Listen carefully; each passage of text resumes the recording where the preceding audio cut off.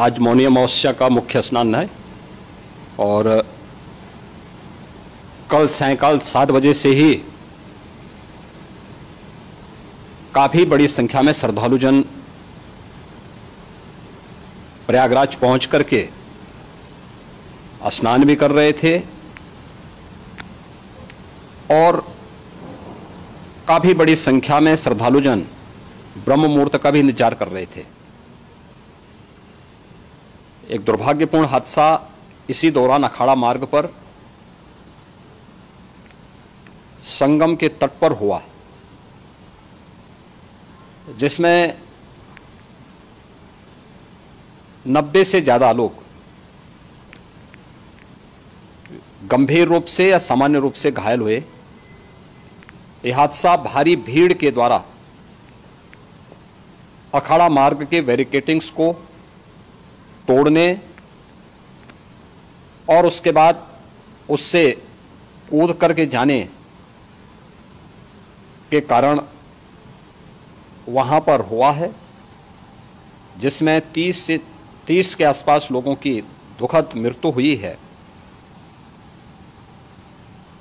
36 घायलों का प्रयागराज में उपचार चल रहा है। शेष घायलों को उनके परिवार के सदस्य लेकर के चले गए हैं। घटना दुखद है, मर्माहत करने वाला है।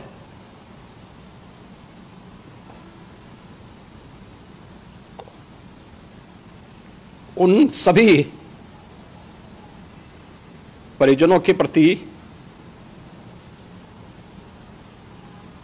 हमारी पूरी संवेदना है। हम लोग रात्रि से ही लगातार प्रशासन के संपर्क में हैं। मेला प्राधिकरण, पुलिस प्रशासन, एनडीआरएफ, एसडीआरएफ,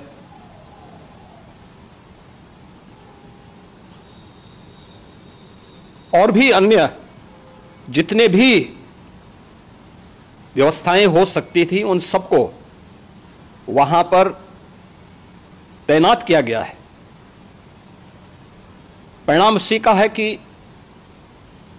हादसे के कुछ ही देर के बाद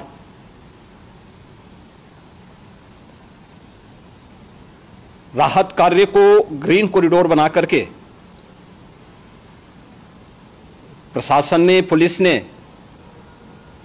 एनडीआरएफ और एसडीआरएफ के स्वयंसेवकों ने सभी लोगों को हॉस्पिटल तक पहुंचाने का काम किया है।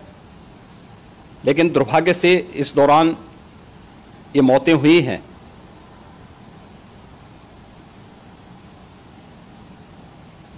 स्वाभाविक रूप से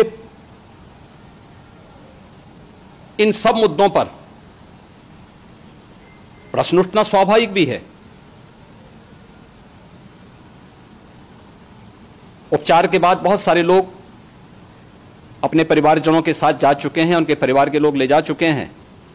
जो बाकी बच्चे हैं उनका उपचार चल रहा है। उपचार के सारे इंतजाम वहां किए गए हैं। प्रेशर मौनी अमावस्या का ये मुख्य स्नान है महाकुंभ का, और बहुत ज़्यादा प्रेशर प्रयागराज में होने के कारण सभी प्रकार के मार्ग भी चौक थे। रात्रि से ही प्रशासन उन मार्गों को खुलवाने और स्थिति को सामान्य करने के लिए पूरी तत्परता के साथ लगा भी रहा। ये सभी घटनाओं के बाद, ये जो हादसा हुआ है, इस हादसा के बाद वहां पर अखाड़ों ने जो आज अमृत स्नान ब्रह्म मुहूर्त में 4 बजे से प्रारंभ होना था, मेला प्राधिकरण के अनुरोध पर उन्होंने स्थगित किया था। अपराह्न में अमृत स्नान प्रारंभ हुआ, जिसमें सभी अखाड़ों ने और अन्य जो सहयोगी संस्थाएं हैं उन लोगों ने इसमें भाग लिया। सभी पूज्य आचार्य महामंडलेश्वर भी इस अमृत स्नान में भागीदार बने। प्रयागराज में आज 8 करोड़ से अधिक लोगों का श्रद्धालुओं का दबाव था।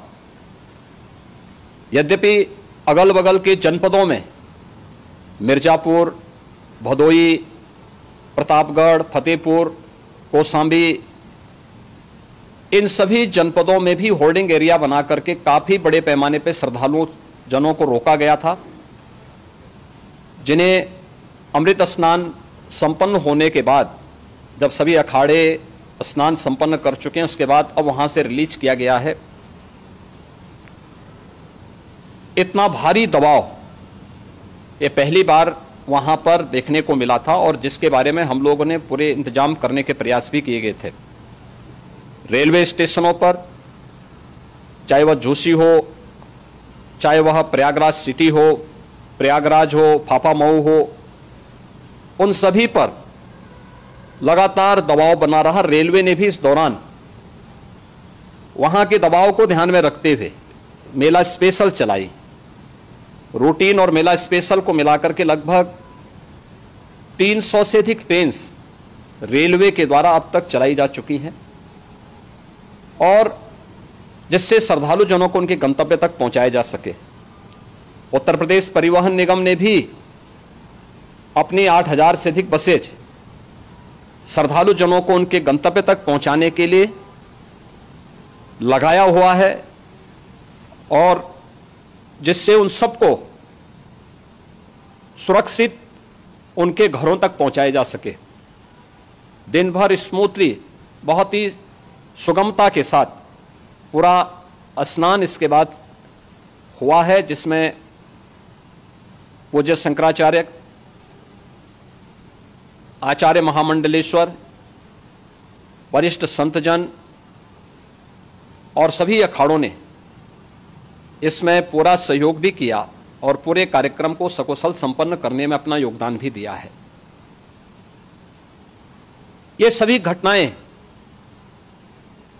मर्माहत करने वाली भी हैं और एक सबक भी है, लेकिन हादसे के तह में भी जाने की आवश्यकता है, और इसी दिशा से सरकार ने भी तय किया है कि हम इसकी एक जुडिशियल इंक्वायरी भी करेंगे, क्योंकि कई बार रिव्यू होने के बाद स्थानीय स्तर पर हर प्रकार की सतर्कता के बाद आखिर कहां से ऐसे हादसे फिर भी होते हैं और हुए हैं।